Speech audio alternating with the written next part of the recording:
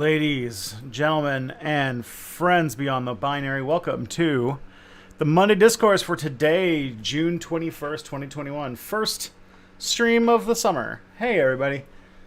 Let me just get my thingy open here. My name is Tristan. I'm the host of YouTube channel Step Back History or Step Back or whatever it is that I do these days. Having a real one today. I stream on Mondays and Tuesdays. On Mondays, I do from noon until 2, the Monday Discourse with Mia Mulder, who should be joining us shortly. And on Tuesdays from 7 till 9, all of this is Eastern time, by the way, I do Step Back Tonight, where it's just me. I go by he, him pronouns. You can find my work at stepbackhistory.com or tristanwon'tshutup.com. And if you want to support my work, you can go to patreon.com/stepbackhistory. Where you can support me for as little as 84 cents a month with a yearly subscription and get videos early with no sponsor break. If you have Amazon Prime, you can help support my work with Twitch Prime at no extra cost to you. It's already into your Prime membership, so good way to get started. Yeah. And if you don't choose me, you should choose some independent Twitch creator, because really, if you don't use it, Amazon is just keeping money that's yours. So use it. As for content, my latest video is on being a prepper. It is great. People seem to like it. One of my more popular videos so far this year. I think it's my third most popular video 2021. So that's cool. But yeah. I have another video that should be, at the current, if I don't fall behind on my schedule at all, it should be available to patrons on Thursday night, and then should be going out to everybody else on either Friday or Saturday or possibly Monday. So, be excited. Be excited. New content coming soon. And if you want to submit questions for future streams, I'm going to put a link in the chat to a place where you can Google form, you can fill them out. Do keep in mind that we probably have enough questions for today, but I will say just off the cuff that there are no questions currently that I have for my Tuesday stream. So if you have a question that's just for me and you'll be around tomorrow night, I could definitely use some content to fill out tomorrow night's stream. And if this is your first time here, congratulations. Thank you very much. Why did I say congratulations? Thank you. Thank you for coming out. I'm glad that you're here, and I hope... Let me just turn my phone on to silent because one of my friends is trying to send me memes. I'm a real professional. Say hello to other people in the chat, because we have got a really great active chat community, and I would love for you guys to join in. So... all right, that's everything from me. So without further ado, let's see if we can get Mia on the horn here.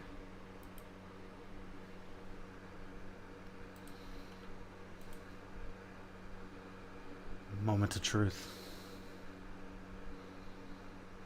Hello. Hello. Perfect. Everything's working brilliantly first time on. Amazing. Yes. Hello, Mia. Mia Mulder from the former country known as Sweden. From the currently Balkanized Republic of Stockholm. I'm the country from the Stockholm Autonomous Region. Exactly. Yeah, we technically have a government still.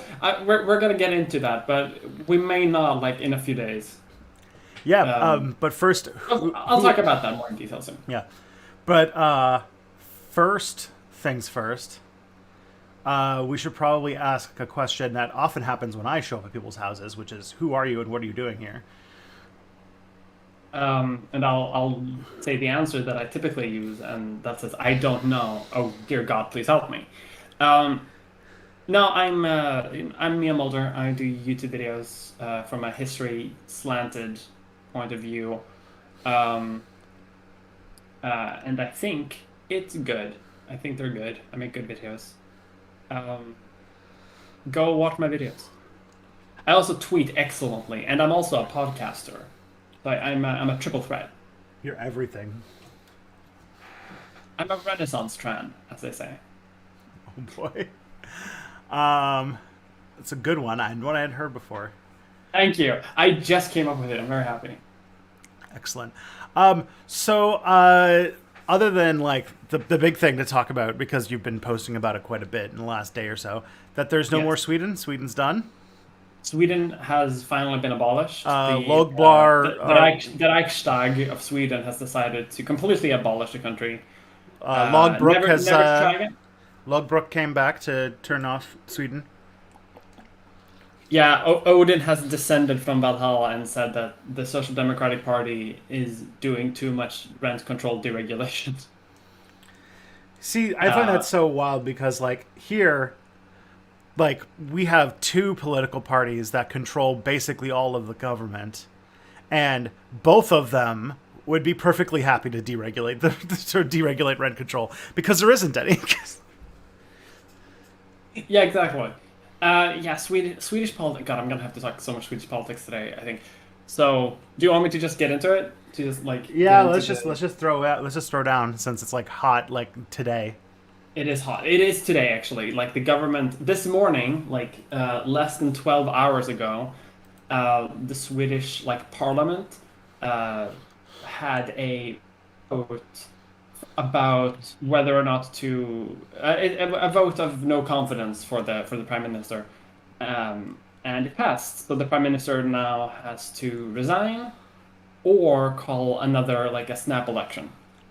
Oh snap! This has never before happened in Swedish history. Always, whenever there's a vote of no confidence, usually they resign before then, because it's like embarrassing to the party and it's embarrassing to uh, for their politics. So they just like resign.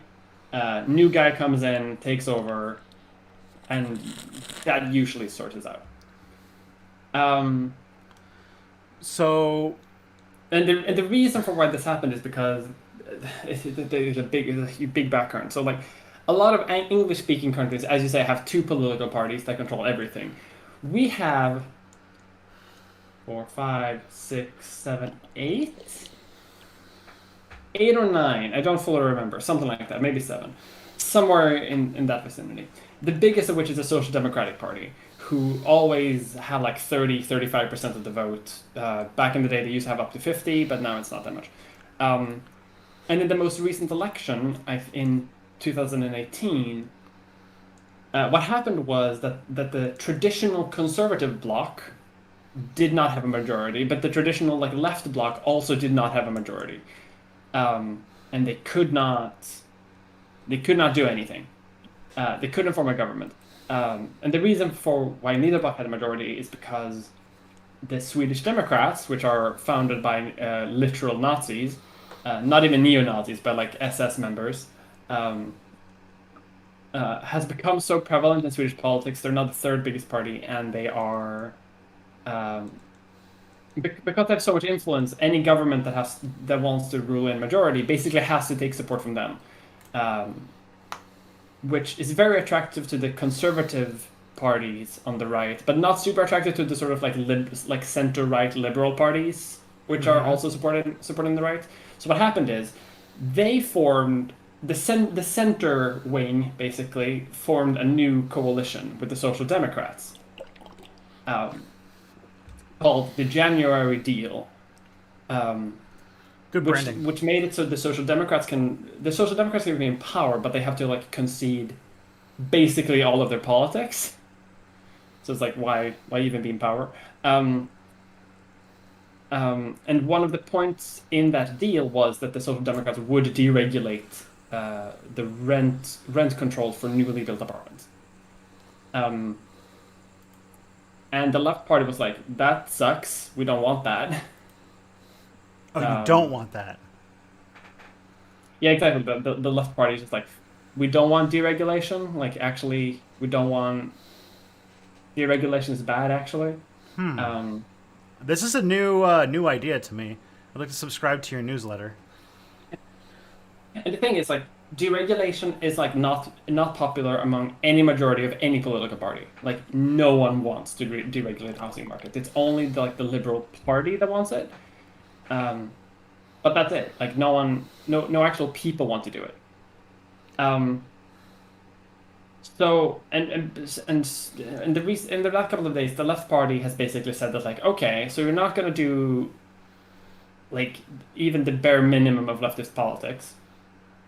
So they put up an ultimatum to the government, being like, hey, either don't deregulate the housing market, like just say that you won't, or we're going to go into opposition, and into a vote of no confidence, which the entire conservative right is already like clamoring to do, even if they also support deregulation, um, but for different reasons. So that ultimatum happened.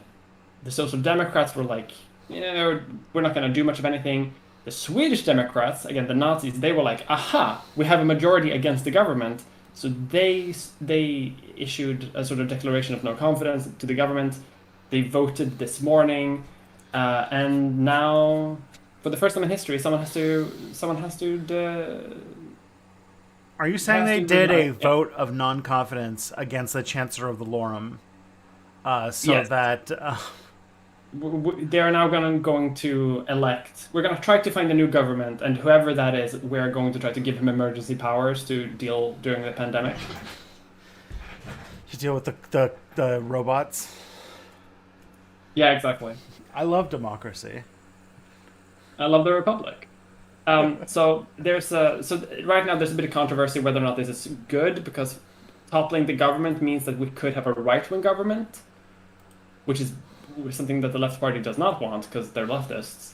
So some are arguing that it's better to have a sort of like liberal social democratic government than to have a right-wing government. Whereas the left party say that like, why even support the government if they're not going to do anything left-wing? Like in a democracy, you have to represent your voters to actually do the thing you want to do. So Yeah. um, they said that like either the government can compromise with the left in order to keep support, or they cannot, and they didn't want to, so now they're gone. So that's the chaos we're in right now. And Fun. and the prime minister hasn't resigned. He hasn't resigned yet, so we have no idea what's going to happen. He may call an election, or the speaker of the Riksdag might have to try to form a new coalition government, which is going to be impossible because that's what happened 3 years ago when no one could do it. I always find it very interesting when there's certain things that happen in politics that are completely normal in one country and are like something that has never happened before in the history of this nation in a different country. Like, Yeah. for example, Canada has there's been talks at different points in history of like Canada doing coalition governments, Hmm. but like our conservative party, because there's multiple like socially progressive parties and only one socially conservative party, that like they have kind of like poisoned the water and tried to claim that it's undemocratic to have coalition governments. So, and Yeah. also because the Liberal Party, while everyone's like, oh, it would always be the Liberal Party and the Social Democrats trying to make an alliance, it's like the Liberal Party would never do that, ever. They have more in common with the Conservative Party, but they are the Coke and Pepsi of our political parties. They would never make a coalition themselves. So it's like, it would never happen. But then, like, we've had votes of non-confidence all the time. It basically just means an election's coming. It happens whenever we have a minority government. Like, if we get a minority government, we almost are like, okay, well, I guess we're going back to the polls in like 18 months. Because there's going to be like some budget's not going to get passed. It's going to lead to a vote of non-confidence, and we'll have another election. Like, I think like when the Stephen Harper got a majority government in 2011, it was the okay. I think I want to say like the fifth election I had since I turned 18, which was in 2006. So from 2006 to 2011, we had like 5 elections. It's almost one every year. Yeah, we don't really have that. No, but also like Israel had the same one for the same reason, and but you're saying this has like never happened in the history of Sfithiad. So now you have to have a king's moot to decide who's going to rule the land. Yeah, exactly. We have to like unearth some old spear somewhere, and whoever can throw it the farthest gets to try to create a government. Yeah, And if they don't succeed, the one who's runner up gets to try. whoever can find Tyr's axe hidden in the mountains gets to be prime minister. Yeah, whoever can trick the dwarves into giving back like the sacred beer, they get to do it. I mean, Norse mythology has a lot of bullshit. quest-based politics. I think. I mean, it works for I'm fine England. with That's that. how Like, the British royal family got started. Quest-based system government. That's true. Just No, but yeah, so that's the Swedish like chaos right now. Like I woke up early today just to check the vote and like the debates and shit in the Riksdag. Um, and it was basically like determined to happen almost. Like yeah. since yesterday it was almost like destined to happen. Just make sure those social democrats don't burn it down. It would be way too on brand for them to burn down the Riksdag. Yeah, the thing that like bothers me too is like the social democrats are just like not very social democratic anymore. I know that like internationally people hate social democrats for being like basically liberals, but Sweden's social democrats have been sort of lefty for a while, like building the welfare state into a pretty okay one, but now it's just completely trash.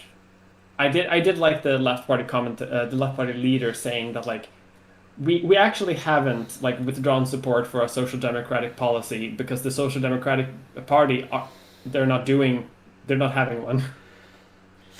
Which I thought was a pretty fun dunk on the social democrats. So then, if there's an election, which it sounds like there will be, Mm-hmm.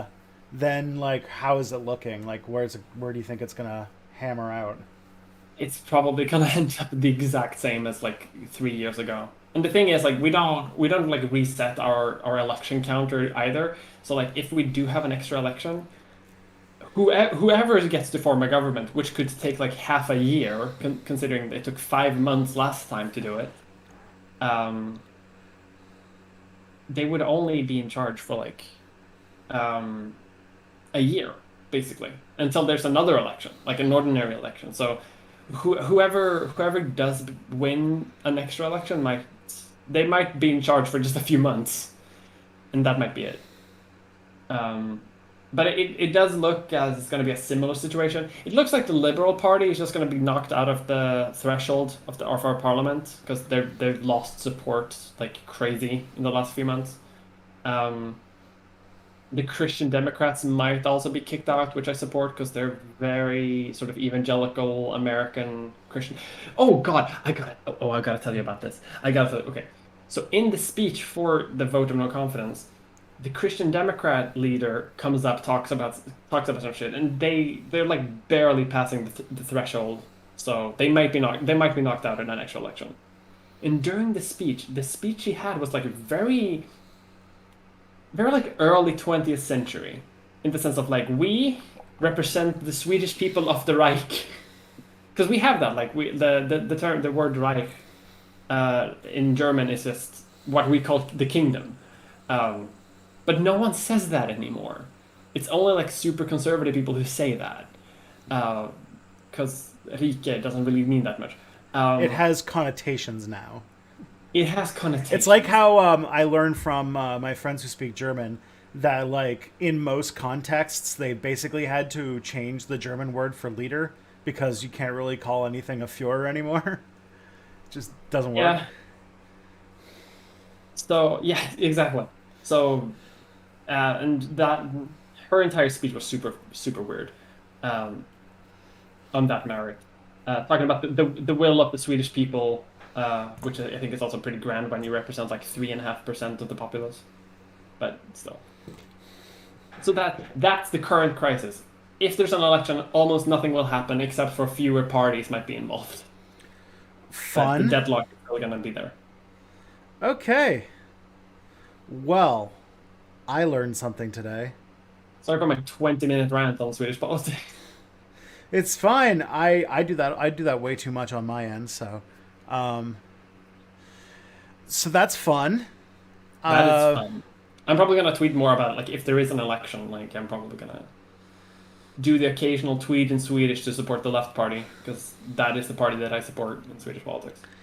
this is like there was a time when I was in university where I had an arch nemesis, and he was like from a really rich family, and he like judged people quite a bit.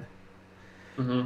But one of the things that he was going to do, because like he had like no like guy like like he was like one of those people who like wore suits to class, Oh, and yeah, yeah, yeah.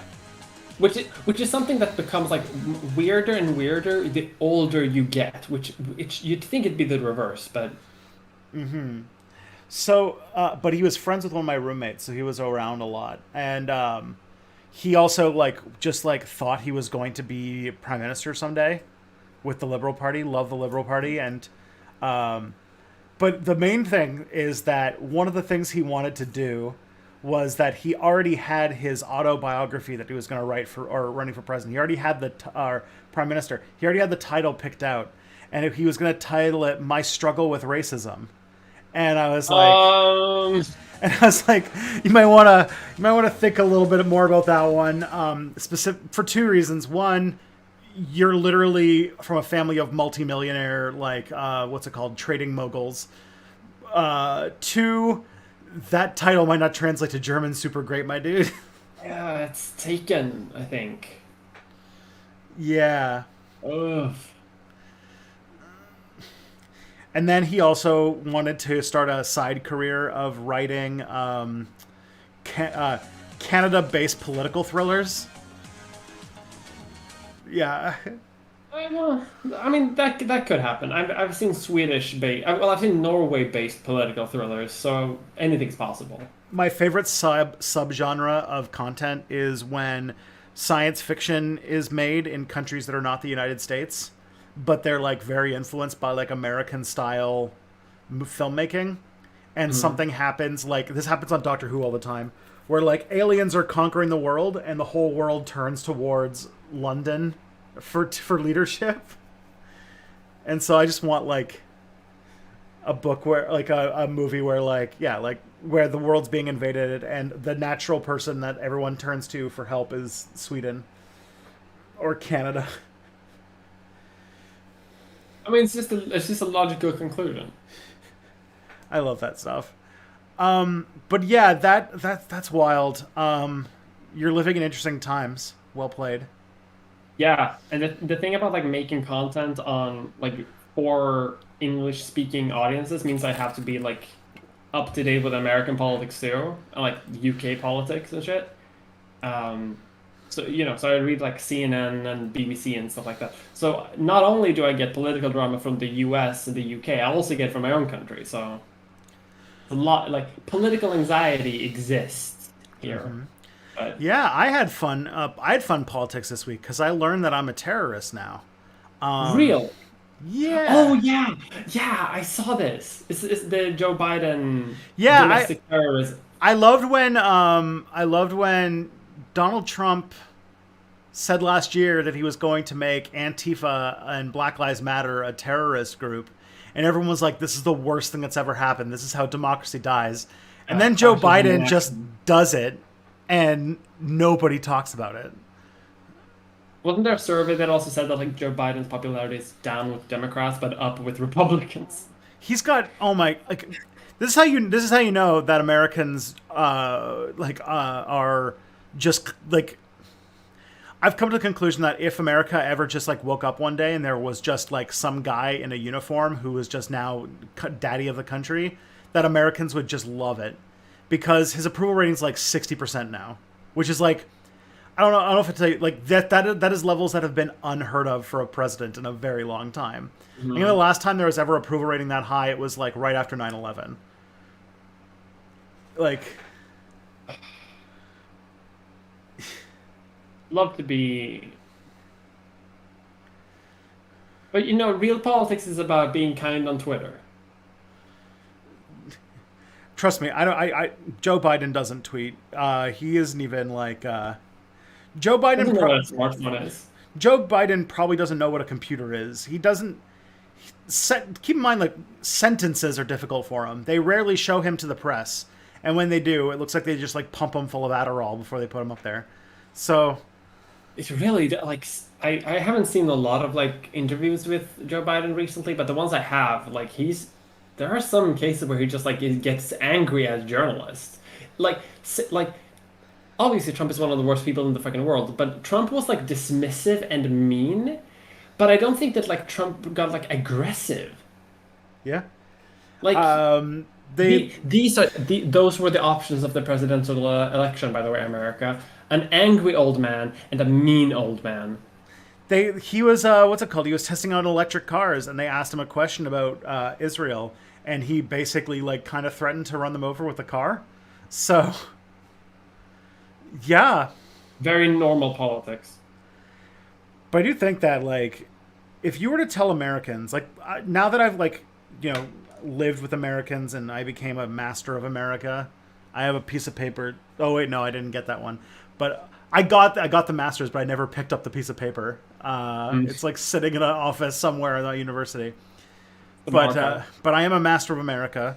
I have a piece of paper somewhere in the world telling me that's true. Mhm. But like, if you were to say to Americans, like, if you were to wake up one day and be like, all right, we've determined that elections are creating too much division, too much, not enough bipartisanship. It's dividing the country.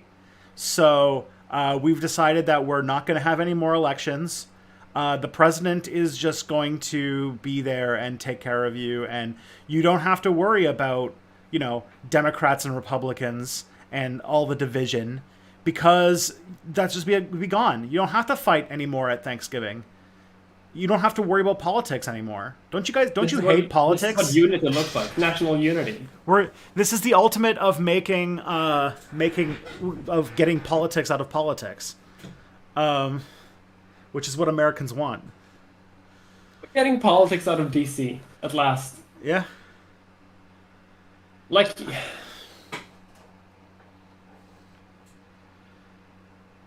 ugh, So it'll happen. I don't. It America. could have. Like, I remember seeing because like no one expects Biden to run for a second term, right? And everyone's expecting Trump to run again. Like, I remember when Biden won, that a lot of people were like, "Cool, this is probably going to be the last election, the last free election of the U.S. The next one is not going to be free because the Republicans are just like destroying voting rights all over America to make sure that whoever runs the Republican candidate next time wins, and Oh yeah. it's probably going to be Trump. Trump's probably. I had a nightmare that Trump would pull a Grover Cleveland, and it seems like he will. And then he might change voting laws so that he can. It's going to be like Russia, where he got around. He got around term limits by saying no. You have to. You can only have two consecutive. Yeah. And then they'll just like change around from there. So yeah. Don't worry. The nightmare will return. Us YouTubers will have enough content for years to come. Yeah. Okay, so I got a question here that is kind of important. I think it has to do with. It's not a meme question. It's a serious question. It's just asking if you've ever played a game called Workers and Resources Soviet Republic. Workers and Resources, Soviet Republic. Yeah, have you ever played Workers and Resources Soviet Republic? I think I've heard of Workers and Resources Soviet Republic. No, I definitely play Workers and Resources Soviet Republic. Workers and Resources Soviet Republic is one of my favorite games of all time, actually. And I love streaming Workers and Resources Soviet Republic occasionally. But I often play Workers and Resources Soviet Republic on my own as well. Oh man, I I have not played it. I'll just put it out there. You should try it. Maybe. I feel like I'm not like as into city builders as a lot of people are. it's weirdly like less. I mean, it is definitely a city builder, but it's like it's not a city builder like other city builders. It's more like Factorio or Satisfactory, like one of those places where you like make a weird industrial chain to like refine iron as effectively as possible. You do that, but you have to have like workers do it for you, and they need to be happy. So For yeah. me, yeah, video games have not been delivering the dopamine on the schedule that I'd like lately. So Yeah, same. I haven't been touching them much. The one that I got over the weekend that I'm enjoying a little bit is called Wildermyth. Ooh, I think I've heard the name. It just came out last week, but basically, it like is a it's kind of like the closest I think I can think of it's sort of like XCOM. Oh, It's like medieval fantasy XCOM, but like it has a whole. The big thing about it is that it has a whole. Do you know if Do Not Eat 01 has played Workers and Resources Soviet Republic? We can ask. But I think he has. He did a podcast episode with some other podcast. Like he guested a podcast along with Alice uh, to talk about that game specifically. It's a good episode. yes, this game though, the one thing I like about it the most is that it has story, like it has dynamic and procedural story plot lines and stuff like that that uses sort of like okay, I don't know what they're called, but you know when like people make like cartoon versions of themselves and can put themselves into like random comics and stuff like that. Yeah. It's like it sort of does something like that, but with the characters that you make, and has like procedural storyline stuff based on like these things overlapping, and your characters have different story hooks based on personality traits and such, and they actually age and they like have children and they die and like Oh shit. so it's like so it like ends up being like kind of like a really cool D&D campaign made solo, which I think is really fun. That looks cool. And it's cheap too. Yeah, it's only about $20. And then on top of that, it has tools where you can make your own adventures and your own content, and then you put on the Steam Workshop. So, That's pretty cool. I might buy this actually. and yeah, This then is it's on sale now too. yeah, that's why I bought it. And so it's called Wildermyth. I'll put it in the chat. I'm looking on the Steam page now. It looks really fun. But that one I'm gonna have some fun with. It seems fun. I should have just put the name of the thing in the chat. It's called Wildermyth. But yeah, the and also it has one really dramatic thing, which is that when your character gets killed or goes to 0 hit points, you can choose one of three things. And I feel like this is like the best, like, because the game is all focused around story and drama, right? Hmm. So your character gets to 0 hit points. You have three choices. One, your character gets maimed, and they retreat from the battle to the closest village to recuperate. And when they Hmm. recuperate, they permanently have like fewer hit points than they had before. Oh, interesting. The second is that they have a sort of like revenge death where they die, but they do like a whole lot of damage to whatever killed them.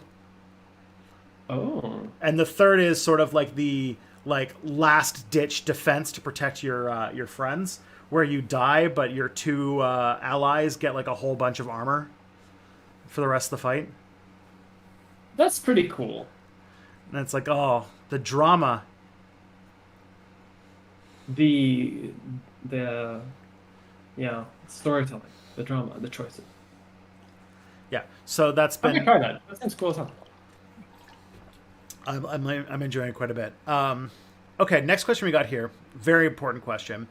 Uh, Judging how it comes from a username that just says the entire population of Italy. Lovely. It's good that the entire population of Italy is here watching it. We're extremely popular in Italy. Um, It's extraordinarily popular. but the question is, hey, what's the deal with the old gabagoo? Hey, what's to do with the gabagoo? I tell you here, Tristan. This question asker got the best mozzarella this side of the Danube. We got to organize a stream sometime where we both just show up dressed as Italian stereotypes and just answer every question. I'd love to do that actually. That would be great. I wonder if you could get away with just making an offensive stereotype live stream of various like offensive stereotypes of European countries. You have to be able to do that, I feel like. Yeah. I just know that someone somewhere is gonna be like that. That's not how Swedes dress when you come in with like horns and shit. This is racist against Italians. Exactly. Um, we could eat. What's it called? I can order a pineapple pizza, and you can order a banana pizza. Banana curry pizza. I mean, I may be Swedish, but even I can't eat a banana curry pizza. Man, I can't. I can't. Ugh. you can't bring yourself to do that. Like I'm feeling nauseous just thinking about it. I'll tell you I, something very spicy, which is, it sounds kind of good to me. you might like it, yeah. There's banana pizza, yeah, banana curry pizza. I think it's like Swedes and Australians like that shit. Yes, with banana and curry, yeah. So he just called it Fritophobia. Huh. Um, Speaking of anti-Italianism, there's some TikTok somewhere about. Did you remember when they did like a facial reconstruction of like I think Emperor Nero or something like that? It was one of he the just looked like he was like emperors. some like guy from New Jersey. Yeah, Just some guy. that's when we learned that that every Roman emperor deep down was just some Italian guy. Italian guy. Um, There's a great TikTok about that where that image is just existing and someone makes it like a Roman emperor slash Italian like American Italian accent talking about it. It's fun. It's good fun. So okay, because there's a weird confluence of TikTok where like, there's like there's some guys, or there's like a whole genre of TikToks where it's just people making cursed food, like just making food in some sort of cursed fashion, like trying to like cook spaghetti by putting it in a bowl and then putting the bowl in the dishwasher. And stuff and just absolutely terrible food offenses. Uh-huh. But then there's this other TikTok that definitely started as like two brothers who are like musicians, but they're both Italian. They're like two Italian brothers, yeah. and they just get increasingly they get like mad or like they try to perform exorcisms on the Italian food that gets ordered, or they do like stuff like asking their Italian mother if they can like get pineapple on the pizza tonight and stuff like that, and watching her have a freak out, that kind of stuff. It's good stuff. Very contentious. Can't speak. And it's like can you verify that they're Italian? And you're like, okay, first of all, two things. One, you can see it in the face, but second, they both are wearing Team Italia jerseys when they like talk. And I don't think a single human being outside of Italy wears a Team Italia jersey. It's very true. They are the I don't know much about wrestling, but if I remember correctly, the Italian soccer team is basically the villain of soccer. They are the bad guys that need to be defeated at all times. Because aren't they like the ones that are like notorious for like a lot of their victories are due to them like abusing the red card system or something? Like it's the Italians. It's the Italians where you like look at them the wrong way and then they'll like fall over and grab their knee and be like, "Oh, give me a penalty." Yeah, I I'm not keeping up with this analogy anymore. Listen, I followed one World Cup in my life, and the final game was between France and Italy, and I was on Team France, and so I've built in a hatred of Italian football.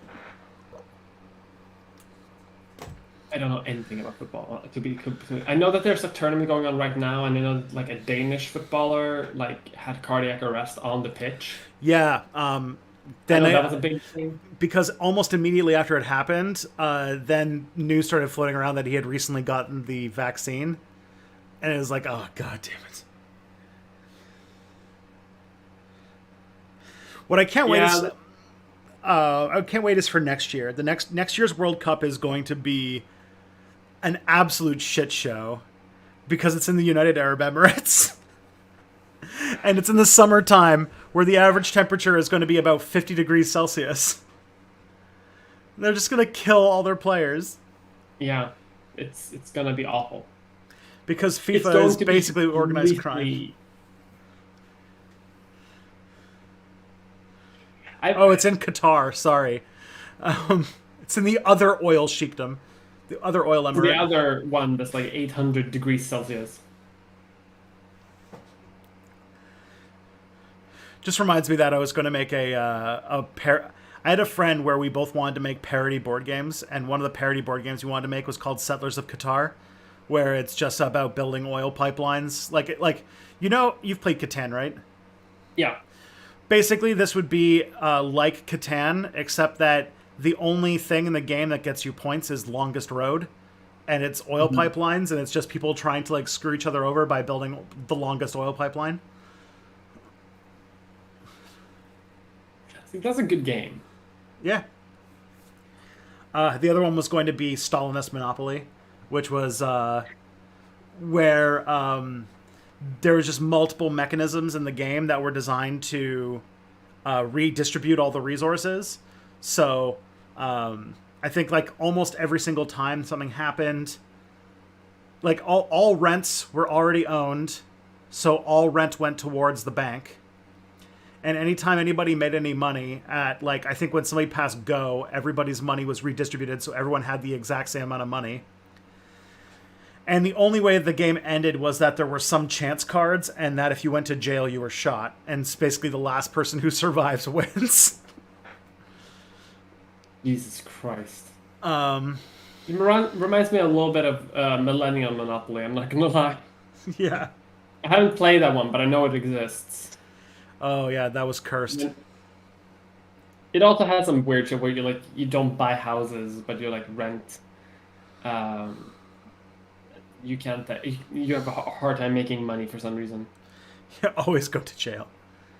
You drive Every too chance fast, I- straight to go, jail. Go to jail. Have too much money, straight to jail. You charge too much on gaffes, sunglasses. Right to jail, right away. Go to jail. I love that gag.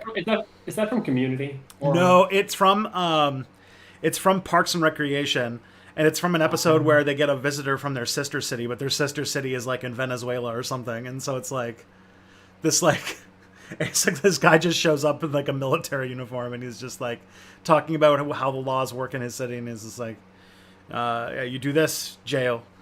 You drive too fast, jail. Slow, jail. Yeah, you do this. I need to watch Parks and Rec. I feel like I would love that. Like it's local politics. Yeah. Municipal planning shit. Like that's my shit. And It's pretty funny. I just haven't been able to get into it. Oh yes, I forgot that guy is played by Fred Armisen, who's like a Saturday Night Live guy. But yeah, Parks and Recreation is a pretty solid show. I would probably put it up there with like maybe my second favorite sitcom, right behind 30 Rock, which I think is the only TV show that I've watched all the way through more than one time. I've never seen 30 Rock either. So much American TV I haven't seen. 30 Rock is pretty funny. Yeah, so Oh yeah, and Parks and Rec does have a right wing. Like yeah, one of the head of the Parks and Recreation department is a right wing libertarian who wants that to function as little as possible. Beautiful. And oh man, like my favorite, one of my favorite skits from that show was that he hires a assistant who is played by Aubrey Plaza, who is like just as like checked out as he is. Like she just doesn't give a shit about the job at all. Hmm. And then there's this one day where like dozens and dozens of people show up to have meetings with this boss because the boss keeps saying like, if anybody wants to have a meeting with me, just cancel them. Like I don't want any meetings. Yeah. But so what she did is she scheduled all the meetings for March 31st because she thought March 31st wasn't a real day. Yeah. So, I've seen that. It's very good. yeah. Baby's First Rave, also a good one. It's a solid show. You'll like it. I feel like I just gotta give it a chance someday. Yeah, Like it has take an afternoon and just like watch it. Yeah, it does have kind of a rocky start because when it first started, it tried to be The Office, but then when it stopped trying to be The Office, it got really good. Yeah, and like it took me ages to get into The Office as well. I eventually got into The Office, but it took me like years.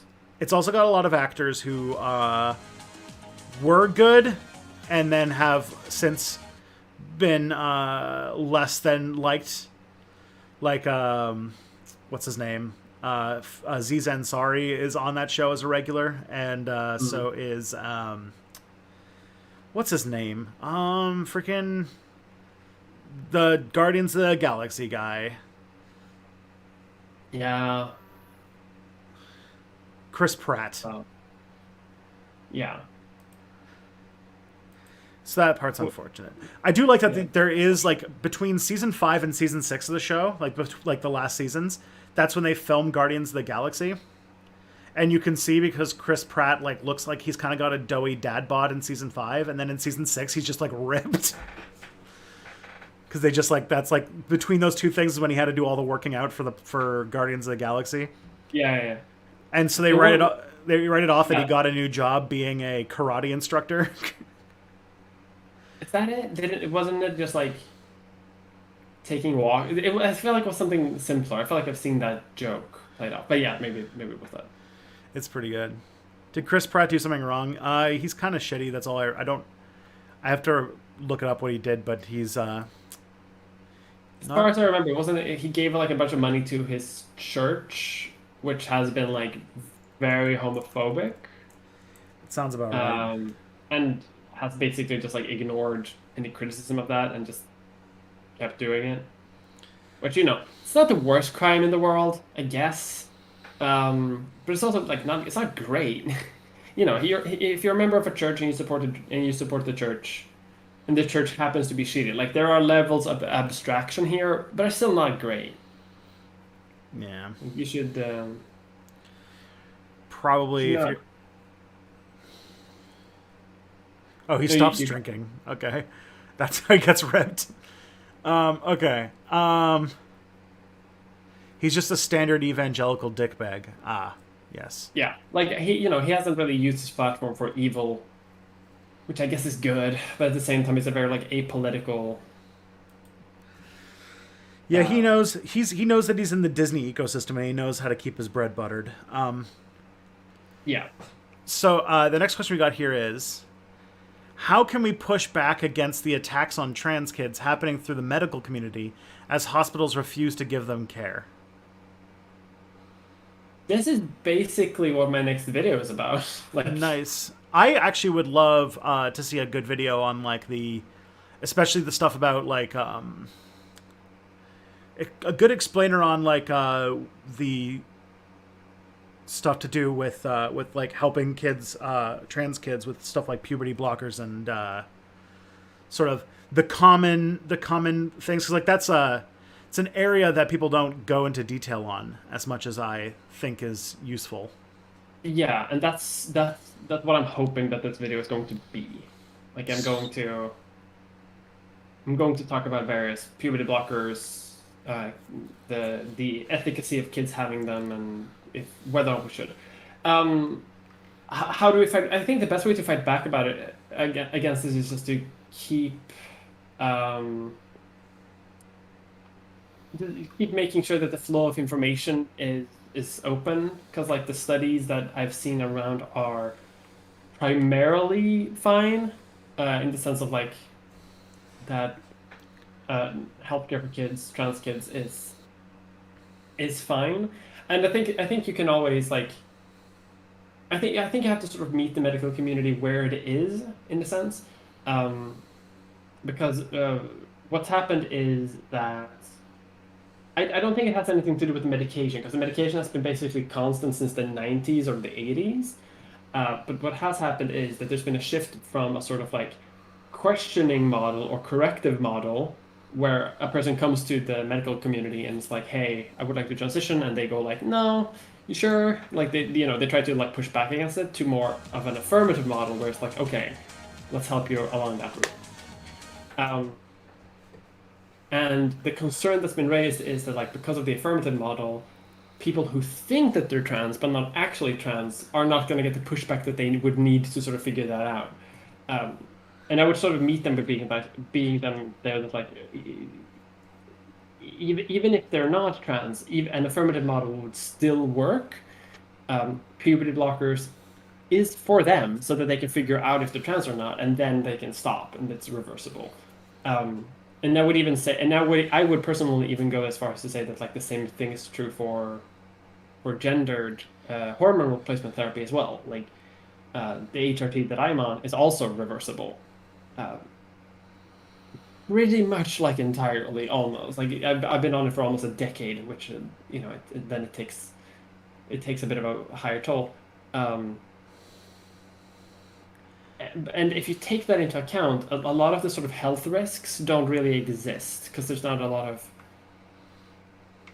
like permanent damage potentially that could happen to someone who would be damagingly affected by that. Um, and that is what the studies say. Same along with like health risks that have come up with like more recent studies about like bone density and cognitive development uh, for kids who go on HRT or puberty blockers.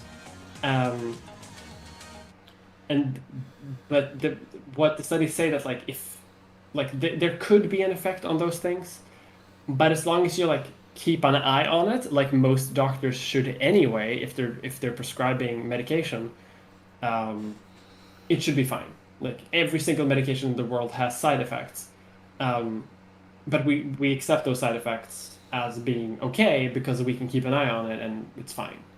Yeah, see if we can prescribe you milk,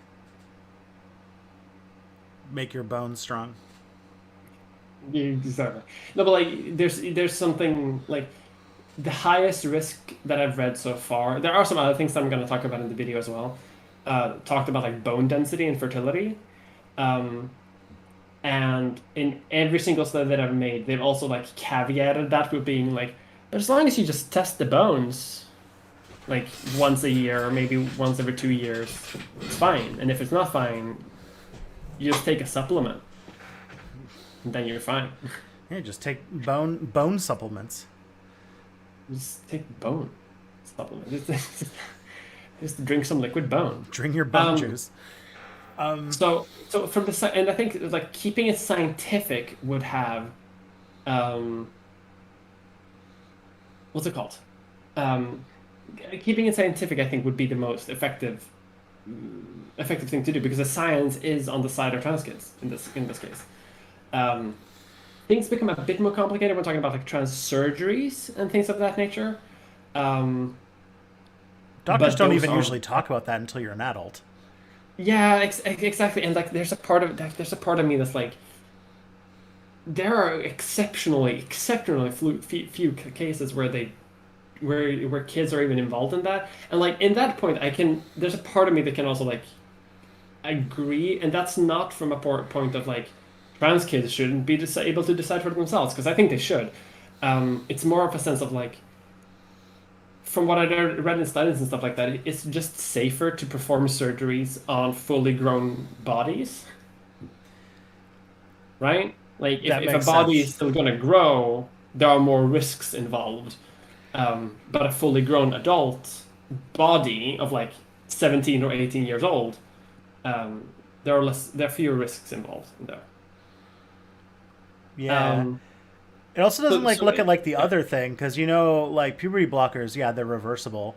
I can tell you one thing that's not reversible: puberty. Um, yeah. And like and I think that's something that like a lot of critics of trans kids also miss is that like the vast majority of people who take puberty blockers end up not like, well, maybe not a vast majority, but like there are a lot of people who don't choose to transition after that. Um, the vast majority of kids who do like the full treatment of puberty blockers do end up taking hormones after that. But there is a significant amount of kids who are like they take puberty blockers for like a year maybe, and then they go like, no, I kind of want to have my puberty actually, and then they stop taking them and then they're fine. Um, and that's perfectly fine. That's how it should be. And the affirmative model promotes this because the idea is then like, okay, you want to think about it? Yes, here are some puberty blockers. Think about it for a bit, and then they think about it, and then they come to a conclusion. yeah, yeah. I don't think any doctor is going to be in the like area of like performing any sort of plastic surgery that's not reconstructive on a child because of their growing. Like, It has happened, but in many of those cases, it's either one of those. It's either a case where it's just like there's no argument against there's no argument against it. And what I mean to say is in those cases there's like the body is well developed enough in order so surgery is safe, and the child is like exhibiting like every single symptom of like quote unquote gender dysphoria, has like an active, knowledgeable, like informed consent about what the surgery would entail, uh, and has potentially like saved eggs or sperm in cryostasis. mm-hmm. Um, and in those cases, it's like you can't really argue against the kid for wanting to do the surgery, and there's no like way to stop them from doing it if everything is like in the way. Um, but that's how it is. And again, only there are very very few cases where everything sort of aligns that well. Um, So, that's not really a big point of discussion. Like, we're literally talking about like dozens of kids over the last decade who've had maybe underage, quote unquote, surgery. And among regret rates, among those, I don't think it's a single one. Maybe one, as far as I know. Like, but I actually don't think there is much of anyone. Most detransitioners do it in adult age. Yeah, because as you mentioned too, and like several like trans people I've talked to over time have said that like it's not super duper common that a kid knows that they're trans when they're like 5. And in fact, like Yeah. they kind of discover it at various times in life, um, and oftentimes it's like when you're a teenager and such. Yeah. So yeah, like Usually connected to puberty in some way, or yeah, sometimes later. yeah, just like when in X-Men when you get your powers, it's the same. They're linked. Exactly. But like the science itself is still like on the side of trans kids. Um, the outrage is mostly coming from a minority of people generally who are just very loud.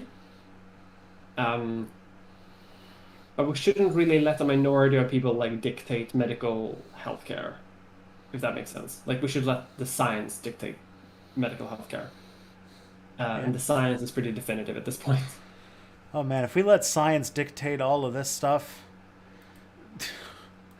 just living in a much better world.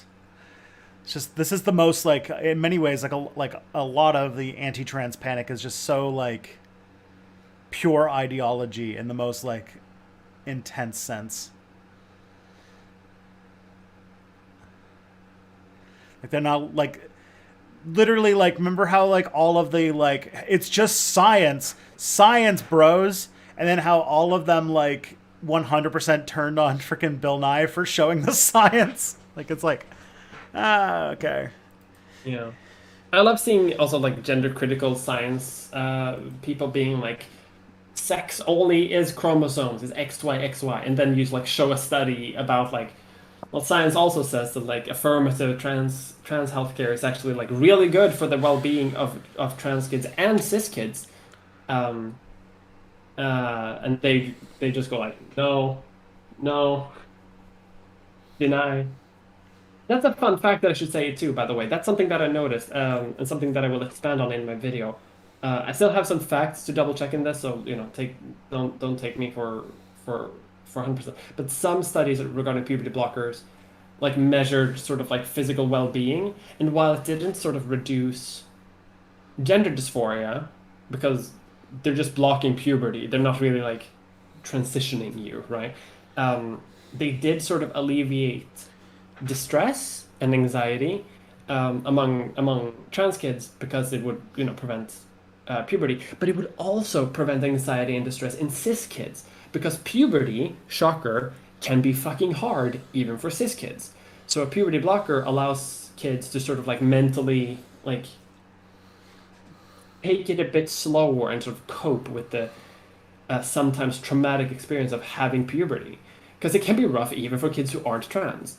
To just suddenly have, secondary sexual characteristics, and having your brain work differently.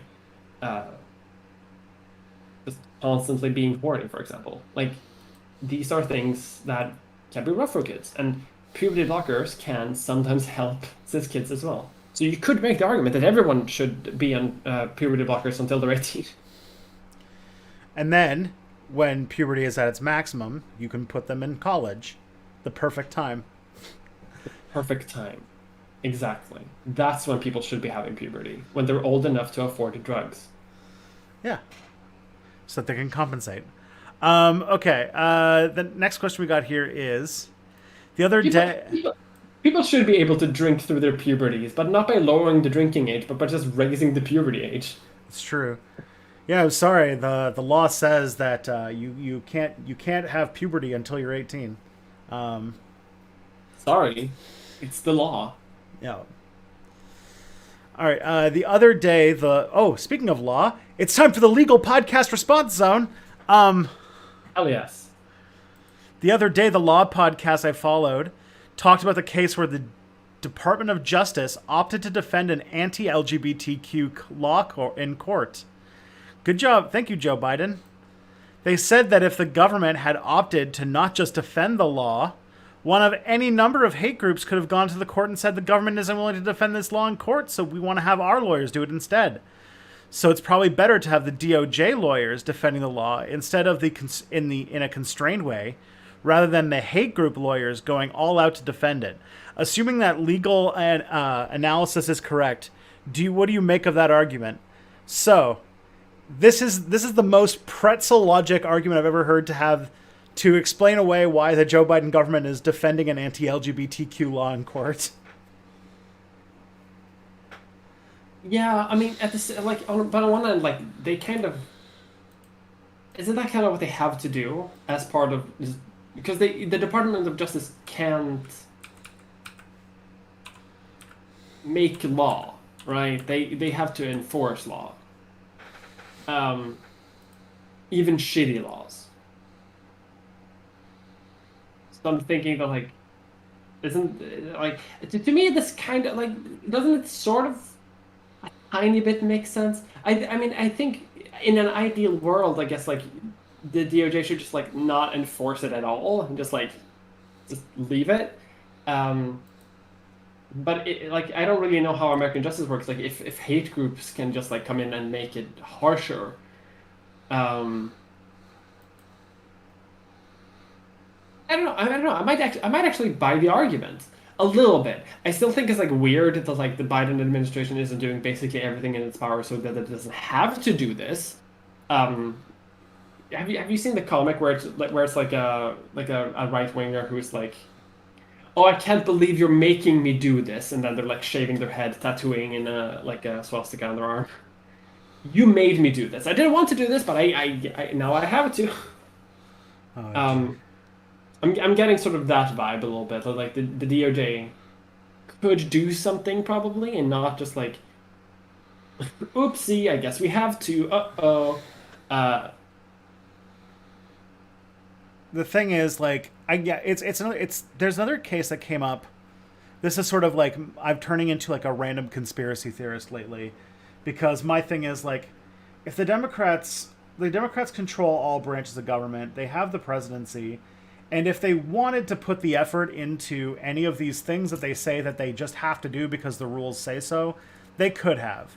Like No. when they said that they can't pass a thing because the parliamentarian told them they couldn't, when like the Republicans just in the same situation just fired the parliamentarian and hired one that was okay with them doing it, and like being like, oh, we would do it, but we've got these two senators. We got an anime girl from Arizona and some random asshole from West Virginia who just are ruining it for everyone. Man, Uh-oh. those two people are so bad. There's nothing, and unfortunately, nothing we try can get them to stop. We've tried nothing, and we're all out of ideas. Yeah, and so it very much feels like this. Very much feels like because the legal podcasts seem to be like just absolute Joe Biden sycophants, and this is like their way of being like somebody pointing out to them like, "Hey, why is the Department of Justice defending this anti-LGBTQ law that the Trump administration put through?" And then they're like, "Well, that's good actually because they what if somebody worse?" What if someone worse was anti-LGBT and did this law? Yeah. They do it worse. No, I fully agree that like, but I just think that the blame of guilt should probably be on the Democratic Party, like we've talked about, rather than the DOJ, because I feel like the DOJ is sort of like an apparatus that is, you can't really affect what the DOJ is going to do in this instance. I feel like this is more of a job of politicians to like change the law. And it's telling that they don't. So like but that but that's why they're doing it. They're putting the blame on the DOJ rather than Joe Biden or like the Democratic Party, because they can like blame some like bureaucratic apparatus for shit going wrong rather than politicians just being shitty. Rather than That's why they're doing it. Joe Biden, who, if you guys want to know what Joe Biden's administrative style is like, if you ever see what it's like when they first go to Rohan during the Two Towers, and there's that time where Rohan is just being run by the king, who is just like so old and decrepit and he just can't say anything. He just sits there, and basically the evil power systems run around them. That's basically what the White House is right now. Like Joe Biden probably just drools onto the desk for a good chunk of the day while the party just manages everything for him. Jesus. It's not one worm tongue. It's like 18. Yeah. It's the entire Democratic Party, except for like 4 people. Yeah, the Democratic Party is the worm tongue party. Yeah, so that's fun. And Bernie the White is going to show up at some point to. Bernie the Independent's gonna show up. Yeah. Too long have you carried this weight? And then I guess the squad is gonna ride back with their horses to liberate the land. Yeah, this metaphor is getting a little out of hand. Yeah. It's a good one though. I like this analogy. Think about, okay, America is the Holy Roman Emperor, and Joe Biden is Carlos II. Not really involved anymore. He's just sort of doing his own thing. He can't really say sentences. He's Yeah. He might go hunting occasionally, which just means people take him outside. all right. By the way, if you want to hear more dunking on like various Habsburg members, you should listen to an episode of the podcast that I did talking about incest and inbreeding. And You should what is listen royal to. families. You should listen to our DMs. There are so many Habsburg jokes for some reason. That's true. Sorry, what's the podcast you did? What's the name of it? Oh, it's Leech Fest. It's a medical history podcast. It's good, and Alright. one of the earlier episodes is about inbred royal families. Nice. All right. The next question is all right. There's a lot of popular LGBTQ positive cartoons right now. If the GOP established one party rule, do you think they'd clamp down on those, or do you think that kind of media would continue to exist to maintain the facade? And I think it would probably continue to exist, but I don't think it would have as much like support that it does. If that makes sense. Would the Like- American dictatorship still have? I'm trying to think which one was that. The She-Ra. Would She-Ra exist? I mean, I think so. Like, I'm thinking the only world which could be more okay with, in a world that's more okay with a GOP one-party state, would also probably clamp down on this type of content. I don't think that the GOP dictatorship would do it directly, but I think the same thing that would cause the GOP dictatorship would also cause like a cultural backlash against LGBT media, if that makes sense. Yeah. It would be like President Shapiro and... Oh, man. No, those are words I shouldn't have said. God, Emperor Shapiro. Gilead type shit. I could, yeah. Because, like, there's some... Like, the thing is, like, conservatives and liberals do approach self-legitimizing in different ways. Like, liberals... They tend to take things like representation and make them very, very important in order to basically say that they're doing something about the myriad ways that people are subjected to structural inequality in the U.S., but just don't actually have to do anything about it. Because, like, liberals are, like, this is true in, like, my country, too, and I wouldn't be surprised if liberals in your country, it's a similar thing. They're very, very good at doing the exact same things conservatives do, but they're just much better at understanding the way that the winds are blowing when it comes to it. And they know that if you do a surface level type thing, like, say, I don't know, make Juneteenth a federal holiday in the same week where they ban critical race theory in schools, that people will pat the party on the back for the Juneteenth thing and not blame them for saying, hey, maybe we should do something about Florida basically going back to the Jim Crow era. But like conservatives don't particularly care about being liked. They complain about it because basically, like, most conservatives, I think, are more mad that they're just not having their worldview reflected on TV than, like, most things. It's weird. America's a weird place where liberal worldviews basically have all of the cultural power, and conservative worldviews have basically all of the actual political and economic power. Yeah. And if there's one thing that conservatives would want if they had, like, one party rule, is to get back the thing they really want, which is for everybody to stop saying that they're bad people for being racist. So I feel like they would actually leap on the opportunity to make, like, to backlash against these types of cartoons, because cartoons would be a thing that they care a lot more about than, like, economics and stuff, because this is the kind of stuff that actually makes them mad. Yeah, for sure. Like, look at the fact that The Quartering is a successful YouTuber. Says everything you need to know about the priorities of the conservatives.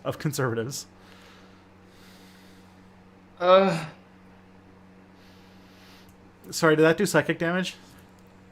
I just got reminded that he exists, and that he is a successful YouTuber. Like, a lot of people from that era of YouTube, I feel like, have sort of disappeared, but they haven't. They've just like rebranded themselves and lash out less, if that makes sense. Like they're more insular, I think. Yeah, after, well, basically, a lot of those YouTubers basically had to deal with Charlottesville, and what side of Charlottesville they came out of basically determined the rest of their career. Yeah. And those that doubled down tended to have disappeared. Those that tried to distance, they seemed okay. My God, the Quartering is publishing a video, like 2 or 3 videos every day. Sometimes 4. I mean, if you have to just get mad for 20 minutes, it's not that hard. Like, this is the thing is, like, when you're a conservative, you don't have to be bound by facts or research or anything like that. You can just say shit and people will just believe it.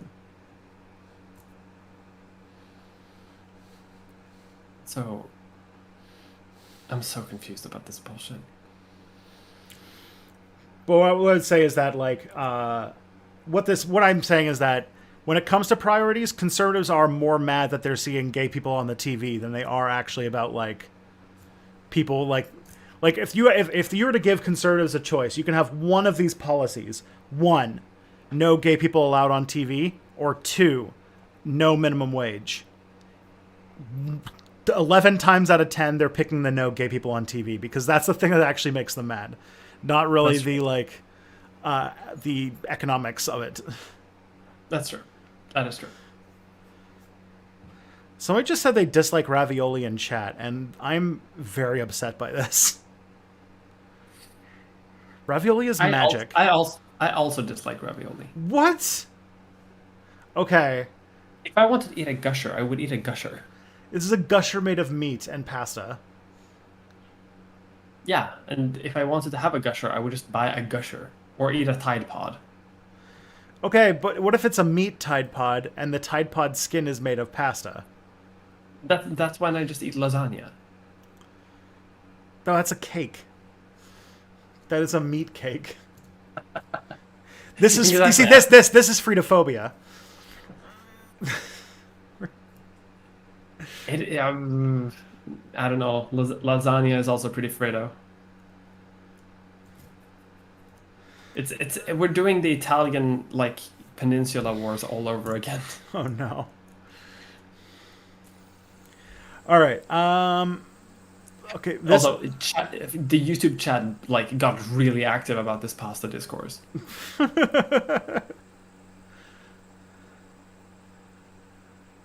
Yeah, there's a lot of people who are right and a few people who are wrong. But yeah, Chef Boyardee's ravioli, goddamn, too many times as a kid. Yeah, exactly. What are you going to eat while high at 3 a.m.? You don't have an answer to that. Cornflakes. Cereal. Like a civilized person. Oh, man. Blueberry soup. Blueberry soup? What kind of Swedish nonsense is this? This is a Swedish thing. So like 100 years ago, Sweden was like one of the poorest countries in the world, like 150 years ago. Like literally one of the poorest countries in the world. So a lot of Swedish food culture is not as advanced as like the French or the Spanish or the Italians. So we have like rotted fish, and a lot of like things that you can just scavenge from the forest, like blueberry or fruit soup. A lot of soups, and that's just the way of it. But blueberry soup kicks ass. This is cursed Swedish content. I don't know. I thought lutefisk was problematic. This is next level. Don't knock it till you try it. Blueberry soup is actually like bussing. Kicks ass. The soup is bus. That's like a new word that seems like TikTok just like exploded. I've learned it from younger friends. I don't actually fully understand what it means, but I'm using it to try to seem hip with the kids. Yeah, there's a really great one where there's like a kid who's like in like distance learning, like on Zoom with like the class, Mm-hmm. and it's just like, this food is exquisite, and then just like unmutes his mic and just like, teacher, the food is bussin'. It's perfect. Less. I do like that. One of the things I'm learning by looking at TikTok is that teenagers, you see people think that teenagers are incomprehensible, but from what I can tell, teenagers literally never change. Yeah. Teenagers are always going to be the exact same way they always are. Yeah. For better and for worse. Yes. From like most things on TikTok, it comes from AAVE. Yes, that is true. Very true. If anything, like make if there's one thing about Zoomer culture is it took like the sort of like black culture appropriation to like the next level. That's like that's there's a guy on TikTok who's like extremely frustrated about this, and he like shows how like Gen Z culture is basically just like cultural appropriation from the black community, which white culture's been doing forever, but apparently the youngins are doing it a lot more. It's getting worse. Oh no. All right, what if HIV broke out in the Roman Empire?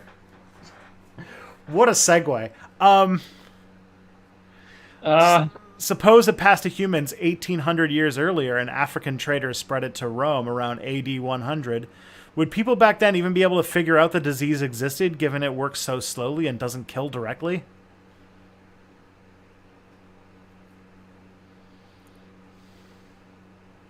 I'm trying to think here because like they weren't stupid. They did figure out quite a few sort of like sexually transmitted diseases and how they work. They just didn't really understand like the mechanics of it or like the details, but they sort of understood like the broad strokes about like how something spreads and how something and like they did understand like latent STDs, for example. So I think they could figure it out. And I honestly think that it might not have. I'm thinking like how that would affect like the society at the time, because like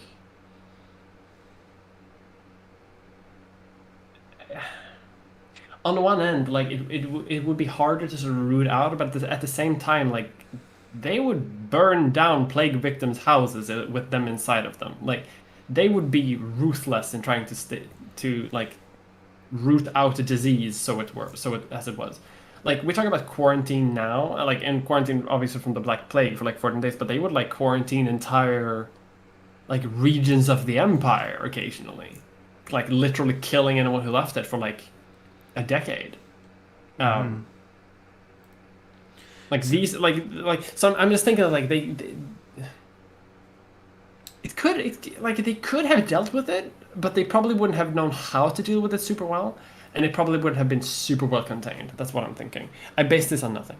Yeah, the only thing I could think of is that it took us like several decades with modern medicine to figure out that AIDS came from HIV, and I do wonder if HIV were to spread through the population that like earlier, we might not have known that those two things were related, because the delay between catching HIV, which doesn't really have symptoms or has fairly mild symptoms at the beginning, and AIDS, which only shows up once you're like decades into having it. I don't see how they would make the connection. I don't know how they would do it. I mean, sometimes they would. Like there are other diseases that also take like a long time to sort of manifest into symptoms, and they didn't know about them, but they didn't really know them that well. Like they definitely would think that AIDS was a thing. I don't know if they would know if HIV was a thing, and I don't think they would know how it spread. And I feel like the way that it does kind of show up, they would think that it was some sort of like curse or something. Yeah, and HIV they probably wouldn't have figured out HIV, but like diseases also travel much slower back then than they do now. So like if we're talking about like the Roman Empire, for example, like if people, for example, like in Sicily started developing a symptom, and then people like in port cities around like a few years later started developing symptoms, there are some scholars that are going to be like, okay, all right, something's happening. Something's spreading from like Sicily to other places via port cities. So there's a disease that's spreading, and like, I There's the other thing too, which is that I'm hopeful. I'm optimistic about like the ingenuity of Roman like scholars because they did figure out quite a lot, but they probably wouldn't have like eradicated it or fixed it by any means. yeah, the other thing though is that AIDS like doesn't present itself the same. Like you die of opportunistic infections, which means that it would look different in every patient. And so like some people die of like like different fungal infections or different like a common cold killing you and different things like that. And it's like, oh, okay, so that would also complicate matters. It would. Luckily, I mean, as much as you can say luckily, HIV did not even evolve until the 20th century. So there's some people who think that it might have evolved in the 19th century as early as that, but most people think it's the 20th century at this point. Because I don't know, with like a disease that's that deadly, I'm very concerned that if a disease spread out that earlier, it might have been like apocalyptic in its devastation. Yeah, it may have. Like I think it really does depend because I'm just like because I'm like if it did reach apocalyptic level, I'm just thinking about things they did like during the Black Death, like which was also a very like apocalyptic event where, there would be like entire isolated towns and cities that would isolate themselves under like threat of death for several decades. Like no one in nor out. And I'm just thinking like as long as that would exist, I think that there would still be a sort of like some sort of figuring it out. Like they figured shit out. Yeah. Would they have figured out that it spreads by horny posting? I don't know. They might notice that like people who don't have sex, for example, people who are celibate, people who only have like, one monogamous partner, for example, forever and never break that, don't get affected as much. Fair. And I'm also thinking about the sexual habits of those times. Like I'm thinking like there's not a lot of body contact at swapping, which probably would slow down the spread. It would be called the Emperor's disease because all the emperors through all of their orgies would get it. Probably. And like not long after this, they not long after the Roman Empire, they do become like very, very conservative when it comes to like sexual contact. But like sex is for breeding, and any sex outside of that is like bad. Obviously, people still did it, but they would. I think scholars would still have enough of a sample size between like horny people and not horny people, and see that there's like something's happening. Like there's. Yeah, I can imagine the, it would. The monks here aren't getting. The monks are getting sick like normal people, but they're not getting this type of sick. Yeah, and like that's what I'm thinking. Yeah, because it would probably show up in like amongst sailors and sex workers, probably the most. And that would be, it would be just like how all other STIs were like stigmatized at that time. So yeah, okay, I could see it happening. It would obviously be like significantly harder, but I think it's not like I don't think it's ideal. Like I don't think it's impossible. Is what I'm saying. Yeah. All right. Let's see what we got next here. Suppose you believe in stuff like wealth distribution, but you also have really gross ideas about trans people and Muslims. Are you on the left or right? The other day, the liberal podcaster, this is the liberal podcast response zone. So hiding a liberal podcast response zone. The lib podcaster responded to an article claiming that the new atheists merged the far right. He said it didn't make sense to him to put someone like Dawkins, as shitty as views may be, on the far right when he also believes a lot of lib stuff the far right hate.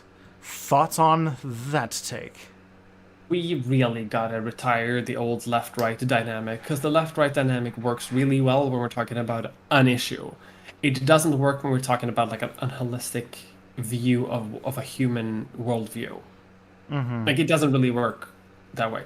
Because this is why people start getting into sort of like talking about like the new left or the woke scold left or SJW. Like people try to come up with like these labels to sort of attribute this, but we just need to sort of like decentralize our political vocabulary. That like you can be left wing on economics and like you can be left wing on the way you want to structure society, but you can also be pretty right wing when it comes to other issues. And I don't think that there's anything like or like maybe not right wing or left wing because I don't think right left wing would even work when talking about like social issues like LGBT things. Um, you would have to use a different scope, you know? Yeah, this is sort of the place where I have started to use, try to make a distinction between the term being left wing and being progressive, because being progressive feels like a nice term to use for whether or not you believe in like the fundamental equality of people and all the wonderful varieties they come in, or you're against that and you have like everybody, you want everybody to follow the rules that you decided are correct. Versus like whether or not whether or not how you want power and economics redistributed. Like, I don't know. There's a lot of shitty people who are socialists who have very bad opinions about, the fundamental right of human beings. We call this the Greenwald effect. But like, there are, especially what's it called? Like, there's a lot of people out there who have very shitty opinion. Like, here, if you're a person who uses the word woke scold a lot, that's a very good sign that you might be one of them. Mm-mm. I feel like people who use the term woke scold and touch grass are people who are so terminally online that they need to like just detach from politics for a little bit. Like if someone actually tells you in full seriousness to touch grass, the only way you would even understand what that term means is if you're way too online already. Like, Yeah.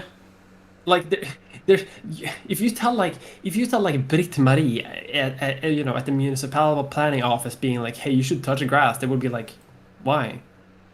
It's wet. It's rained outside. It's too warm. I want to be inside. Like they wouldn't understand even the concept because it only works on like a very niche circle on Twitter that no one cares about. I I'm will. angry at people who use terms like this because they think they're so smart. They think they're so fucking Weasley, but in actuality, they're just revealing how fucking insular they are with their own little insular communities. Yeah. Yeah. It's a literal brain plague. It's called when you read Vampire Castle. Um, the essay that if you read it, it turns you evil. I don't understand, but it's. Yeah, Yeah. I'm totally. I did not know that touch grass had crossed over into being shitty, because I only know one person who says the term, and I did not. I would not put her in that category. But Like I don't think anyone like seriously uses it. Like I don't think it's like that. Maybe it's not that shitty. Maybe I just hear it from shitty people. But I've somehow avoided a lot of shitty people, which is nice. So it's maybe because I'm. you're a good person. Oh, I don't know about that. I'm I think it's just I'm not part of an identity group that these people like to harass. Is the thing. Maybe. If someone told me to touch grass, I'd be like, bruh, like, I literally have a lawnmower. You can't tell me to get a life, okay? I went out mini golfing yesterday, so you can't tell me to do anything. The dream. Well, okay, I went out mini golfing yesterday, but here's the thing. We did not realize, none of us, no, none of the four of us considered bringing a water bottle. And it was 31 degrees yesterday, and it was very sunny, and we did 36 holes. So we were all like dead afterwards. Like Yeah. The next day I had like this morning I had to recover almost like it was a hangover. I got a outside hangover I got a hangover from too much outside. That's what I got like a few days ago because I was trying to record my upcoming video, and it's like the heat doesn't work. I gave up, and the morning after I was just like dead. Like humans aren't made for this heat. Yeah. I'm sorry. It was hot, but then we also got drinks afterwards. And yeah, we got drinks on the patios because you can do that now. And they did the they did the worst thing, and that is I hate when you go to restaurants and you ask for water, and they just bring you like a little bottle of water with like 4 cups or whatever. It's like, no. I'm going to need more than this. Yeah, like, are the other 3 bottles coming, or what's going on? Like, anyway. Yeah. But yeah, so like, I don't know. I have a life, weirdly enough. Bless you. I went roller skating today, so I also have a life. Nice. Right before this podcast, I was out like tripping and falling. Is this a new hobby? It is, and it's a very new hobby, so I have no idea how to do it. Nice. And I'm so out of shape too. But like I for 5 minutes, and I was just like dead. Yeah, this was. We chose a bad day to do it because I don't know if you guys have these holidays where you are, but it was Father's Day today, and for some reason, the stereotype is on Father's Day. Every dad likes ties and golf related things, so the place was packed with dads, with people taking their dads to play mini putt. Less. Mm-hmm. We do have Mother's Day and Father's Day, but they're not at the same time of year. So I get very confused because I don't exactly remember when those are. So whenever on Twitter there's just like a bunch of like Happy Father's Day shit, and I'm like, oh shit, did I forget? No, like half a year from now. For me. Yeah. For us, I think it's like the last Sunday of May is Mother's Day, and the last Sunday of June is Father's Day. I have no clue. Or something like that, because it's not even the last Sunday. So it was just, I don't know, it was yesterday. Also the first day of summer, so it's probably like, don't you guys have a summer festival soon? We do. I think we have like this week. I think we have it. We have Midsummer. Nice. When we build the big triangle and sacrifice the bear. Nice. I think PETA would get on the bear thing, but anyways. It's their problem. Yeah. Okay. So next up we got imagine you're the only person on a space station. This space station has an arboretum with some small animals in it. Let's say koi fish, hummingbirds, and various bugs. While you're up on the space station, some kind of disaster wipes out not just humanity, but all complex life on Earth. Would you want to try to get some of the animals in the Arboretum back down to Earth so they can hopefully spread out and via evolution refill the planet with complex animal life in the distant future? So if you're on a space station, Earth gets wiped out, and you've still got your Arboretum full of some animals and plants. Got some fish. Yeah, probably. If I had some sort of power to do that, I probably would. But if I had to like go down myself and do it and like leave my space station behind, probably not. I probably wait until I was like at the very end of my life, and then I was like, cool, I lived my life. Time to release all of the animals into the wild, I guess. Yeah, breed more of them. Yeah, is that like, if you have a surplus, just send them down. Yeah, I guess it depends on if you have like shuttles. Like automated shuttles? Transporter? Transporter. If you have a transporter, then it's no problem. Then I'm sending those fuckers down like every day. Yeah, I would want to do experiments because also I will know that one of the number one things that I don't know what to do is how to restore a habitat. Because that takes a lot of work. I know Yeah. people who do it as part of their job, and it's very hard work. I played Sim Life. I know that like just making something doesn't mean it's gonna live. That is true. Um, I think with just some bugs, I don't think that I could do that much, but maybe a little bit. Like, I guess depends on the. I guess depends on the bugs. Fair. All right, so next we got interesting. I'm trying to think of how old this is. So I was watching Mia's Great Men video, which was great, and I have a few questions. Please answer as many as you wish based on time and interest. Mm-hmm. 1. If Jesus, the Buddha, or Muhammad didn't exist, would someone else just take their place and influence they had on society? Most like okay. So this is a common sort of issue with debunking great man theory of history, right? Because it's not that anyone would have done what the great man sort of people did, right? Like if you take Napoleon, for example, and just like take him out of history, history will change. Um, but they are not sort of the cause of the change. So in the example of Jesus, for example, let's say that Jesus existed in our timeline, right? Some historical Jesus probably existed, or maybe it's an amalgamation of many people.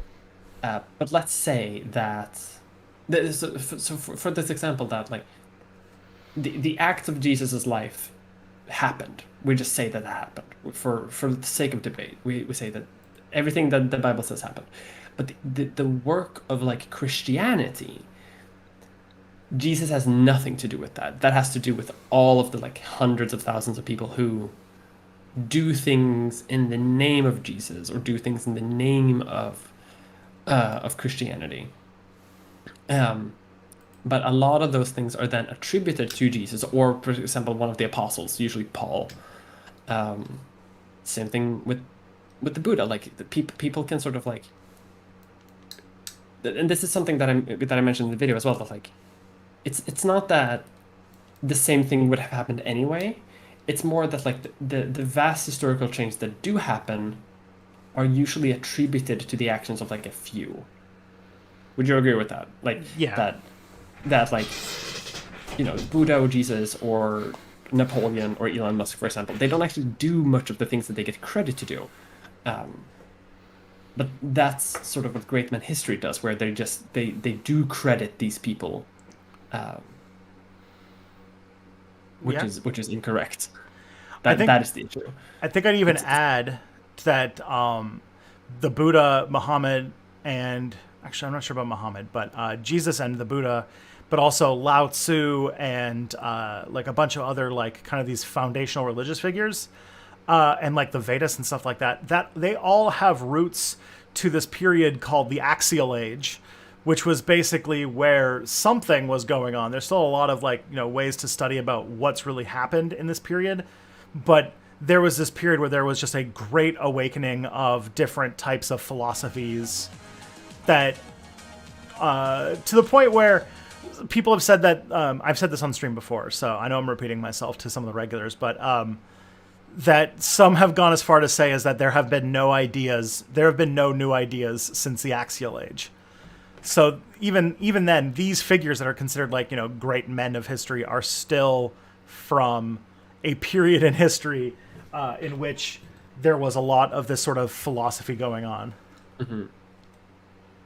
Like, and 99% of which we don't remember today, even though they, at the time, they may have been just as influential as these people. Yeah. Not even like, when I think about Jesus too, I think Jesus actually comes from a context where there were many like radical rabbis and stuff like that were sort of in that stuff. Yeah, exactly. So interesting stuff. That's it's a great addition, and I think that's a good answer to the question. The only person, like the only like single human being that I think did quote unquote the most to affect human history, it did so accidentally, and that's Christopher Columbus. But Probably, and even in yeah, and I think that's one of the probably and like this is the exception that proves the rule, right? Where like he did affect history very individually, and if you took him out of the context, someone else would probably have done it too. yeah, So, it, great man history in this case is sort of true. Like he did do this change, but at the same time, he doesn't matter. You could take him out of it, and then like in a few years, someone else would have done it anyway. Um, so yeah, it's yeah. just If he wouldn't have done it, the Turks would have done it, and we would have. The Americas would just be the greater Ottoman Empire, as it should be. as it was in my first playthrough of Europe Universalis 4. Okay, the second question we got here is, how do we reconcile the point of the video with people who led radical uprootings? For example, Greece, Italy, and Persia influenced each other because of Alexander's conquests, or the Napoleonic Code being mainstreamed in Europe. Hmm. Um, well, again, like it's not that. I think this is sort of answered by the first thing that I mentioned before, right? That like the things that Napoleon did, for example, are not things that would have happened anyway if you plucked Napoleon out of history. But it's more it's more a sort of thing that like sure, Napoleon did institute these changes, but the only reason why he was allowed to come to the position of leadership that he was, and the only reason why he was able to attain the power that he was, and the only reason he was able to like do the reforms that he did and win the wars that he did, is because of the actions of like again hundreds of thousands of people and other, not just in France but like in all over Europe and all over the world. And it's not it's like you individual like people of like strong influence will still have a strong effect on the world, but the point of people's history, so to say, as opposed to great man theory of history, um, is that everyone has an effect on the world. It's just that people are it's just that like we have a tendency of attributing credit to individuals that may not deserve it, if that Yeah. makes sense. Yeah, I can even think of things like how even the great individuals who do rise up and like make big changes typically arise out of contexts where the sort of political economy of the era was sort of asking for something like that to happen. Like I always think about like right now I'm reading an autobiography of the Prophet Muhammad, and like one of the things that comes up is that this is a period in which like in the Arabian Peninsula, there was like a bunch of religion going on, and the Abrahamic faith was still pretty important, although they kind of had this like mishmash of different religious traditions mixed with Abrahamic things. And a lot of like the parts of what would become Islam were there. But one of the things that they were always thinking about is that, that Arabs in general wanted an Arab prophet that they could follow.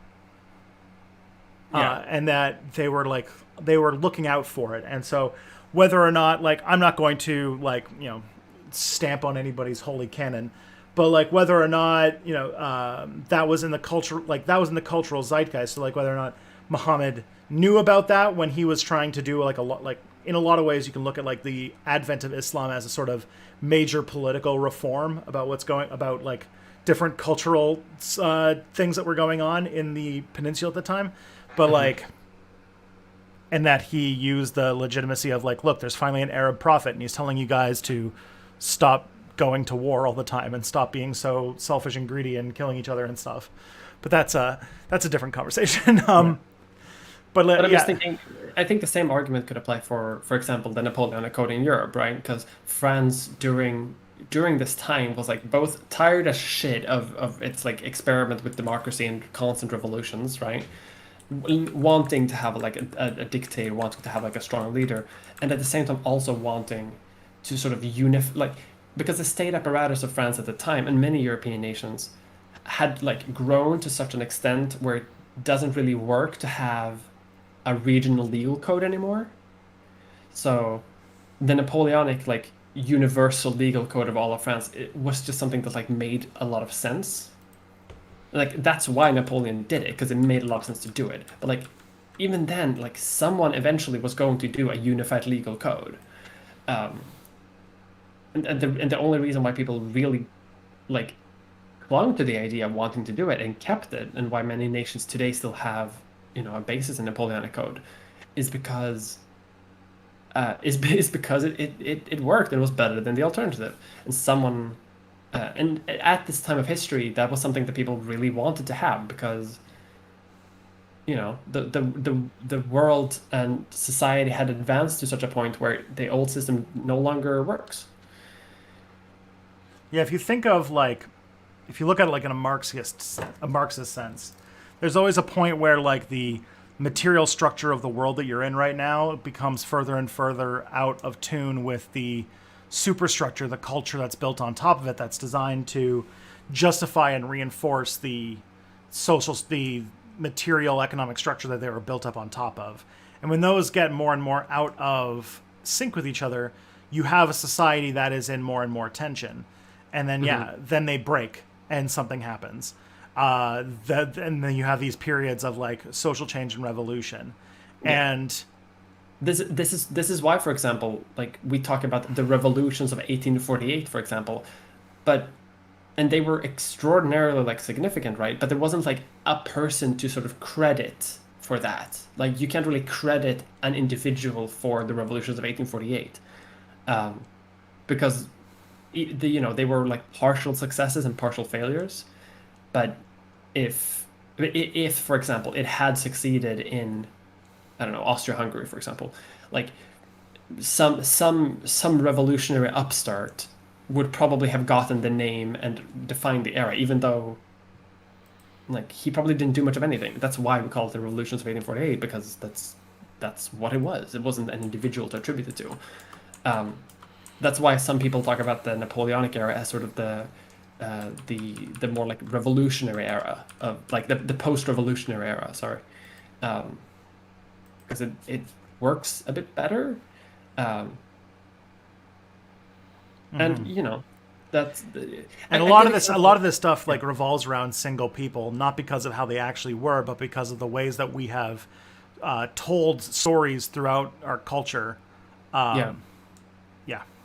And that's why it works very much in history, and that's also why it works. And another point that I was trying to make in the video as well was that people can often abuse this system of viewing history to enrich themselves, which is something that Napoleon was very good at. Like the reason why we remember Napoleon as much as we do is because he was a great propagandist. Like before he was emperor and before he was consul, he published his own newspaper, which made it so that all of his military success became like way more exaggerated than it actually was. Yeah, he was a like, blogger. He was a great blogger. Like his campaign in Egypt didn't go so well, but he was remembered as a hero in France anyway because he was really good at propaganda. And in a very similar way that like Bill Gates and Elon Musk can sort of like use this sort of system of like taking credit and making themselves into appearing as great men, because that will give them more power. Yeah, because they kind of become like the face of the myriad changes that are going on in that period. Exactly. And yeah, sometimes like I always think of it like, and we've talked about this before. Like if you light a match to set a room full of gasoline on fire, and then say that the match is what's burned this house down, you're not telling the full story. And what a lot of people would say is, if you have a room full of gas, at some point something's going to cause a spark and make it explode. But whether it was that match or if it was something else later, like regardless, you're getting a fire. That's sort of the idea. And that's also a part that goes into it, like saying, like, great man theory isn't like it is mostly wrong, but it's not entirely wrong, right? Like Napoleon did change a lot of things. Jesus has done a lot of things. Well, if in this example, right, like the Prophet Muhammad did change a lot of things. Great men do have a significant impact on the world. It's just that they have like a lot of undue influence, and they haven't, as you say, they haven't like caused the entire fire. They didn't fill up the room with gas and light the match. They only lit the match. Uh, and then there's a sort of like philosophical question, as you say, about who's really responsible for that fire. Yeah, and in our writing and in our the way that we remember things, we like to tell things about as if they are stories with characters, and so it's easier for us to it's easier for us to do stuff like say Martin Luther King was the face of the civil rights movement, when yeah, he was very influential, he did a lot of stuff, but like the civil rights movement was like a whole thing built by millions of people working tirelessly. But very often, because we like to remember things in sort of like a narrative format, we just take the person and we put that as like the face of the story. Mm-hmm. All right, we got one last question in this this thruple of questions here. If someone mentioned that even if thousands of people contributed, their contributions would be nothing without the great person themselves harnessing them, how would you respond? That there are like that there are many cases of like power being harnessed, but we don't remember it because the credit has gone to Napoleon. Like name two of Napoleon's like lieutenants. Like and who were also very skilled in their own right as well, right? And like won many decisive battles, especially in like the early coalitions. But people don't really remember them. People remember Napoleon.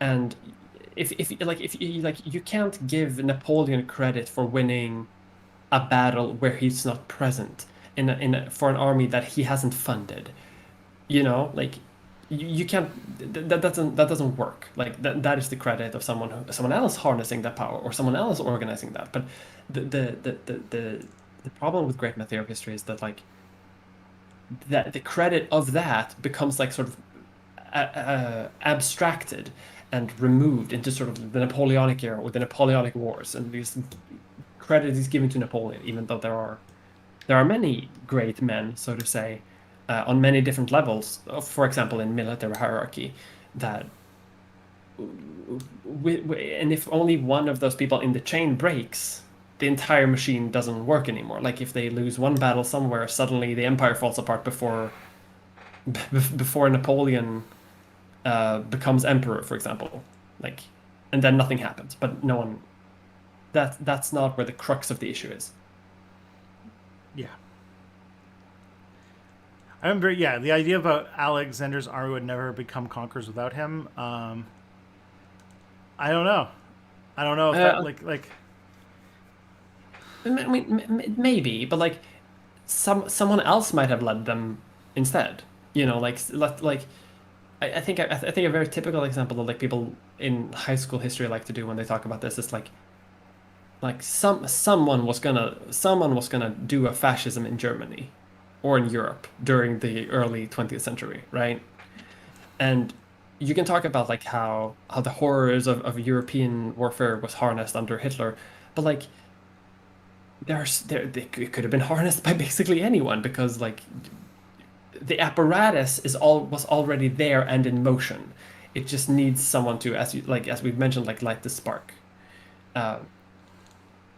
Yeah, like, and like Andrew Jackson, like America wasn't like a huge like wave of wanting to expand and manifest itself as a nation state. Andrew Jackson just happened to be in charge of that, but any president could have been, and the historical process was already sort of in motion at that point. It just happens that the person in charge gets the credit usually. Yeah. Which doesn't discredit the effect, the impact of those individuals, because sometimes they do have an impact. It's just that you have to both be in the right place and at the right time, or you have to be the right person at the right time. So yeah, there have been tons of Alexanders throughout history who didn't have that particular set of circumstances going on that allowed them to conquer Asia. Like, I don't know, I could have conquered Asia maybe. I don't know. I've never tried it, but you never know. And the great man theory of history is like specifically states that it kind of has to happen. That like a great man will will be born with like leadership traits, and that they will instinctually like rise to the top of society and cause change. Like you can't stop like one of the greats from ascending. Whereas people's history would say that like all like not everyone can be Napoleon, maybe not everyone can be Alexander the Great, but many people could. It just happened that the people at the top ended up there, like as you say, at the right time, and at the right place. Mm-hmm. And that's sort of the point that like yeah. Sorry. Speaking of great, I'm repeating. it's all good. It's 2:00, and speaking of great people in history, Mia, can you tell everybody where they can find and consume your content, where you talk about all this stuff? I talk about all the stuff at miamulder.com, where I rant about history for half an hour to an hour once a month, and it's good. You can also listen to my podcast that I do with a friend called Leechfest. It's a medical history podcast. We just recorded a episode about the history of neurodivergence and autism, and how other cultures have viewed those things, which I think it's a very good episode.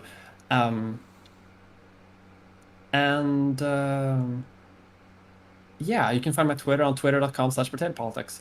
And the question was not too big. This was a great question.